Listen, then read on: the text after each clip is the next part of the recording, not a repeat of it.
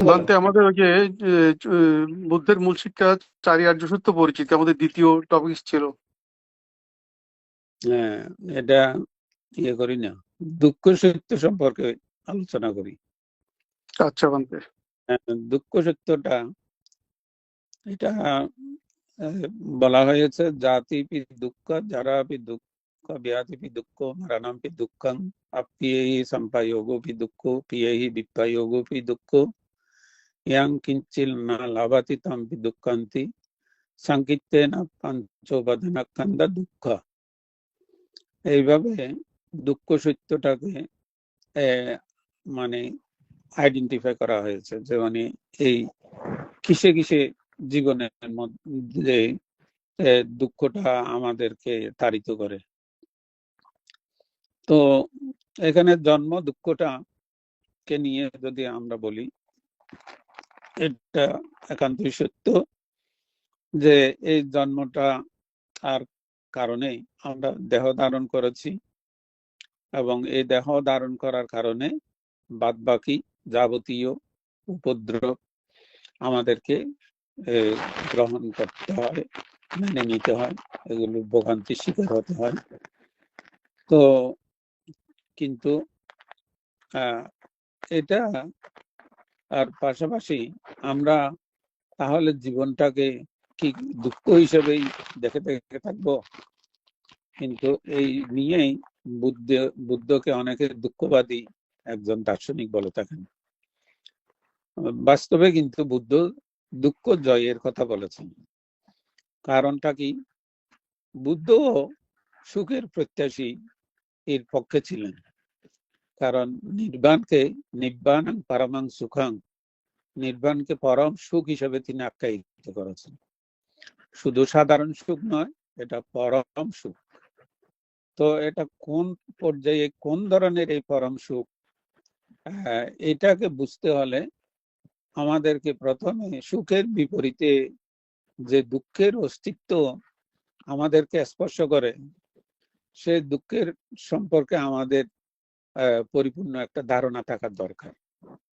যদি থাকে তখনই আমরা বুঝতে পারবো আমাকে এই দুঃখটা আমাকে এখন তাড়িত করছে, এই দুঃখ থেকে আমি কোন উপায় অবলম্বন করলে সেই বুদ্ধের প্রশংসিত নির্বাণ সুখের অধিকারী হতে পারি। তো এখন সে ব্যাপারে যে দুঃখগুলো চিহ্নিত করা হয়েছে, ওখানে কতগুলো দুঃখ আছে একেবারে অনিবার্য দুঃখ, মানে দেহধারী মাত্রেই প্রত্যেক প্রাণীকে এই দুঃখের মুখোমুখি হতে হয়, এই দুঃখ তাকে তাড়িত করে। সেই দুঃখগুলো কি? রোগের আক্রমণ দুঃখ, বার্ধক্যের আক্রমণ দুঃখ, এবং আমরা বাচ্চা যে মানে মৃত্যুর ভয়ে সবসময় আমরা সন্ত্রস্ত থাকি, মৃত্যু ভয় দুঃখ। এই দুঃখগুলো আমাদের জন্য অনিবার্য। এটা থেকে রেহাই পাওয়ার বা হাজার চেষ্টা করলেও চিরস্থায়ীভাবে মুক্তি নাই। যতক্ষণ পর্যন্ত দেহের মধ্যে প্রাণ আছে এবং অনুভূতি শক্তি বলবৎ আছে, ততক্ষণ পর্যন্ত এটা দুঃখ আমাদেরকে তাড়িত করবে। তো এখন এগুলোর বিরোধিতা না করে বুদ্ধ বলেছেন, যেমন ব্যাধির আক্রমণ হয়েছে, আমরা ডাক্তারের কাছে যাই, ডাক্তারের পরামর্শ অনুযায়ী আমরা এটা প্রতিকারের ব্যবস্থা করি এবং প্রতিকার হয়ে স্বস্তি লাভ করি। কিন্তু সেই ধরনের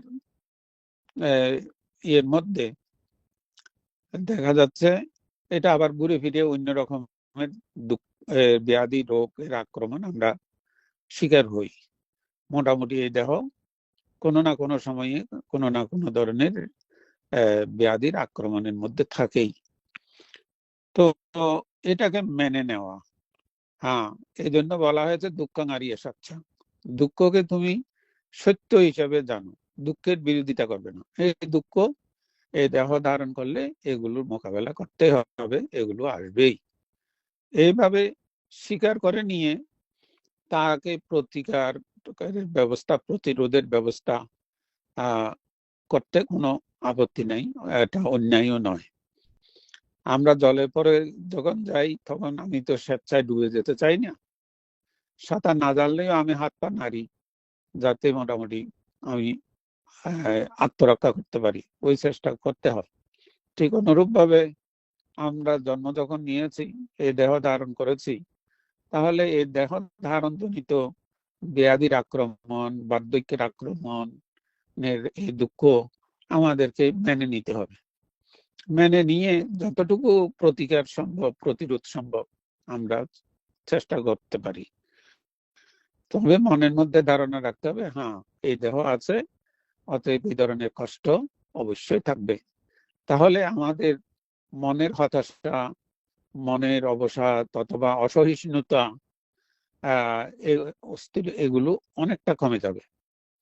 এইভাবে আমরা একটা স্বস্তি উপায় পেতে পারি। এই উপায়টা আরো শক্তিশালী হয় যখন আমরা করি, মেডিটেটিভ মাইন্ড যদি আমরা গঠন করতে পারি।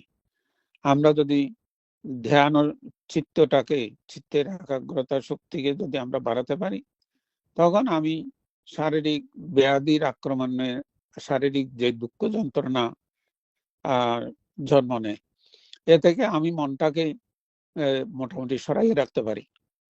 আমি ধ্যান ও নিমিত্ত নিয়ে থাকলে আমার ওই শারীরিক ব্যাধির যন্ত্রণা অত ব্যাপকভাবে আমাকে খাতর করবে না, এবং আমি অস্থির হয়ে আমার যন্ত্রণাকে আমি বৃদ্ধির করব না আর। তো এইভাবে কিছু উপায় পদ্ধতি বুদ্ধ দিয়েছেন, যেগুলো অনিবার্য দুঃখ, এই অনিবার্য দুঃখ থেকে দুঃখের ভারটা লাঘব করার জন্য ধ্যানের যে কতগুলো বিধান আছে, এগুলো যারা অনুশীলন করে তারা এগুলো করতে পারে। তারপরে কতগুলো আছে আমাদের পারিপার্শ্বিকতা কারণে দুঃখ হয়, যেমন অপ্রিয়ের সংযোগ দুঃখ, প্রিয়ের বিচ্ছেদ দুঃখ, প্রিয়জনের সাথে, এটা আমার পারিপার্শ্বিকতা, আমি যে পরিবেশে থাকি সেই পরিবেশ থেকে এগুলো আমাকে স্বীকার করে। তো সেখানে অপ্রিয় বলতে আমার যদি কোনো পরিবারের মধ্যে অথবা জ্ঞাতি স্বজনের মধ্যে অথবা প্রতিবেশীর মধ্যে, বন্ধু মহলে, যে কোনো জায়গায় যার সাথে আমার সম্পর্ক হয়, সেখানে যদি আমার অমনোভূত কোনো মানুষ আমার সান্নিধ্যে চলে আসে, তখন আমার একটা অস্বস্তি বেড়ে যায়, আমার কষ্ট বেড়ে যায়। আমি পছন্দ করি না তার আচার আচরণ, মানুষটার স্বভাব চরিত্র মোটেই আমার গ্রহণযোগ্য নয়, আমি মেনে নিতে পারি না।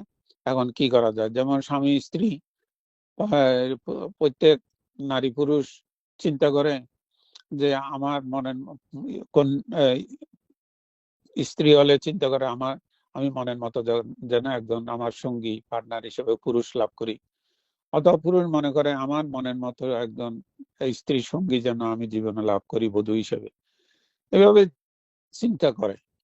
কিন্তু ঘটনাক্রমে যদি তার সেই আশা প্রত্যাশার পরিপূর্ণ করার আর কোনো লক্ষণ যদি তিনি না পান, তাহলে ক্ষণে ক্ষণে তাদের মধ্যে একটা মানসিক অশান্তি, কষ্ট, দুঃখ এর শিকার হতে হয়। একে বলা হয় আপ্রিয়ে সম্পায়োগপি দুঃখ।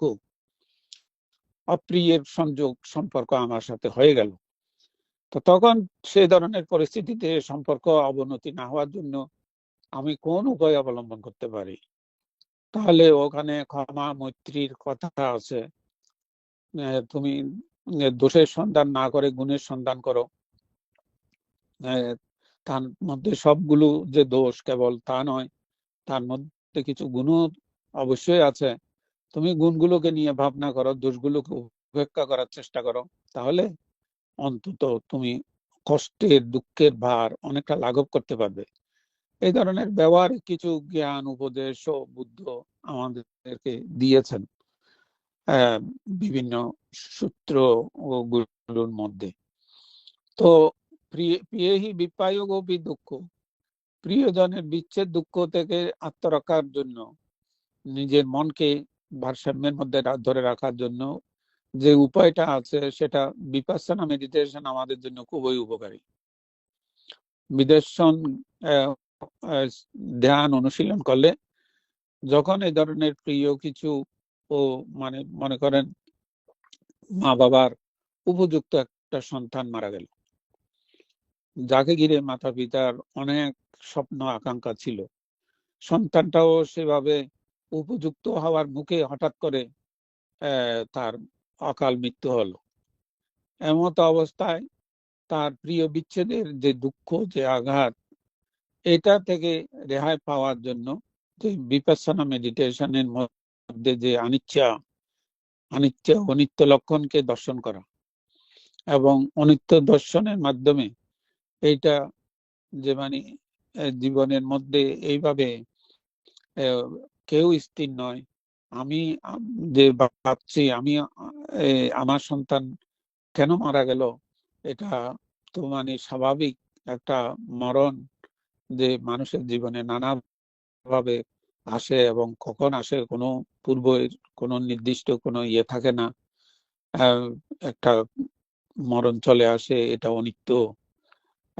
এবং আমিও এক সময় বিদায় নিতে হবে, যে কোনো একটা উপলক্ষ সৃষ্টি হয়, আমি এক সময় এই জীবনের অবসান হবে। এইভাবে অনিত্য ভাবনাগুলো করলে বিভিন্নভাবে এগুলোকে ইয়ে করা যায়। এবং যা নিদর্শন ধ্যানের মধ্যে দুঃখ দুঃখ দুঃখকে দুঃখ হিসেবে দেখা, অনিত্য অনিত্য যা চলে যাচ্ছে, ধরে রাখা যাচ্ছে না, সেই ধরনকে অনিত্য অনিত্য অনিত্য অনিত্য বলে বলে যদি ওই শব্দের মধ্যে মনটাকে যদি ধরে রাখা যায় মনে, তাহলে দেখা যায় আস্তে আস্তে আস্তে আস্তে কয়েকদিন পরে মন স্বাভাবিক হয়ে যায় এবং এটাকে মেনে নেয়। এই যে মানে অনাকাঙ্ক্ষিত পরিস্থিতিকে মেনে নেওয়ার একটা শক্তি মনের মধ্যে জন্ম হয়। তো এইভাবে কখনো অনাত্মা নিয়ে, অর্থাৎ আমি যে আমার সন্তান বলে আমি কান্না করছি, আরেকজনের সন্তান যদি মরে আমি তো ওইভাবে কান্নাকাটি করব না। তো আমারটা মরে গেল, আমারটার সাথে যে আমি ধারণা, আমার নামক একটা ধারণা, ভ্রান্ত ধারণার কারণে আমি এইভাবে আসক্ত হয়ে পড়েছি, এই আসক্তি আমাকে কষ্ট দিচ্ছে। তো এইভাবে যদি অনাত্ম লক্ষণে তাকে যদি ভাবনা করা হয়, তাতেও ধীরে ধীরে সেই কষ্ট বা লাঘব হয়ে যায়। তো এইভাবে মোটামুটি অষ্টাঙ্গিক মার্গের বিভিন্ন যে ফ্যাক্টর গুলো আছে, সাম্মা বায়াম, সাম্মা সাথী, এইগুলো সাথে যদি আমাদের পরিচয় হয় ক্রমান্বয়ে, তাহলে আমরা এগুলো প্রয়োগ করতে পারি। তো এইভাবে মোটামুটি নানা উপায়ে আমরা নিজের মনটাকে যদি নানা কষ্ট অনুভূতি থেকে, দুঃখদায়ী অনুভূতি থেকে মুক্ত রাখার যদি আমরা অভ্যাসটা গঠন করি, এটা আমাদের জন্য চারিয়ার্য সত্যের যে দুঃখ থেকে মুক্তির সন্ধান বুদ্ধ দিয়েছেন, আমরা ঠিক সঠিক পথে জীবনকে পরিচালিত করতে পারবো সেই আলোকে। এই হলো বিষয়। তো এ নিয়ে আরো অনেক কথা হতে পারে। তো যাই হোক, আপনারা মোটামুটি বিষয়টাকে এইভাবে বুঝবেন। দুঃখ সত্যটা বুদ্ধ আমাদেরকে যেভাবে জানতে বলেছেন সেভাবে আমরা এই ভাবনা চিন্তাগুলোর মাধ্যমে জানতে বুঝতে পারবো। তো এই জীবনের এক একজনের জীবনে এক এক ধরনের অভিজ্ঞতা আছে এবং প্রত্যেকের রুচি এবং তার ধারণ শক্তি কখনো এক নয়, সমান নয়। যখন যে পরিস্থিতির মধ্যে থাকুক না কেন, যার যেই স্বভাব রুচি সম্পন্ন হোক না কেন, তিনি যদি এই মোটামুটি দুঃখ সত্যটাকে কখনো অনিত্য দুঃখ অনাত্ম এই তিনটি লক্ষণের যে কোনো একটি লক্ষণ দিয়ে যদি তিনি ভাবনা করেন, অথবা তেমন কোনো অভিজ্ঞজনের কাছে গিয়ে যদি তিনি এটা ওই আলোকে অনুপ্রাণিত হওয়ার জন্য সহযোগিতা পেতে পারেন, তাহলে ওনার কষ্টবারটা লাঘব হয়ে যায়। যেমন এক সময় এমনকি বুদ্ধ নিজেও যখন রোগাক্রান্ত হলেন, অনেকবার হয়েছেন, শুধুমাত্র একটি ঘটনার কথাই উল্লেখ আছে। তো বুদ্ধ সেখানে চুন্দস্তবীরকে বলছেন, চুন্দ, তুমি আমাকে ভুজঙ্গটা আবৃত্তি করে শোনাও। ভুজঙ্গ মানে 7টি জ্ঞান লাভের 7টি অঙ্গ, তাকে বলা হয় সত্তা ভুজঙ্গ। এই সপ্ত ভুজঙ্গ চুন্দস্তবীরকে বলতেন, অথচ সেই 7টি ভুজঙ্গের আবিষ্কারক স্বয়ং নিজে বুদ্ধ। কিন্তু এটা এই মুহূর্তে চুন্দস্তবীরকে বলছেন যে, চুন্দ, তুমি আমাকে শোনাও। কেন? যেহেতু সে সময়ে বুদ্ধ শারীরিক ভাবে তিনি রোগ যন্ত্রণায় আছেন। সেই রোগ যন্ত্রণা কে তিনি এখন অতিক্রম করা এই মুহূর্তে তার মানসিক ভাবে তিনি সহায়তা চাচ্ছেন আরেকজনের। তেমনি লাগে যেমন একজন সবল মানুষ, উনিও যদি কোনো কারণে ঘটনাক্রমে যদি কোনো খাদে পড়ে যায়, তখন সেই মানুষও যে ব্যক্তি খাদে পড়েনি তার সহযোগিতা চায়। তো ঠিক ওই ধরনের যে সহযোগিতা স্বয়ং বুদ্ধও নিয়েছেন। এবং চুন্দস্তবীর যখন বলছেন বজ্জাঙ্গ সাতিসংখ্যাত ধাম্মানাং বিচয় তথা, এইভাবে তিনি যখন বুজ্জঙ্গটা আবৃত্তি করছেন, বুদ্ধ চুন্দস্তবীরের আবৃত্তির শব্দের প্রতি মনোযোগ দিয়ে ওইগুলোর অর্থ ভাবনা করে করে তিনি নিজেকে রোগ যন্ত্রণা থেকে চিত্তকে মুক্ত রাখতে। তাহলে এই ধরনের ঘটনাগুলো যদি আমরা দেখি, তাহলে বোঝা যাবে আমরা প্রত্যেকেই পরস্পরকে সহযোগিতা করে কল্যাণ মিত্র হিসেবে আমরা দায়িত্ব পালন করতে পারি। তো আর কোনো প্রশ্ন আছে?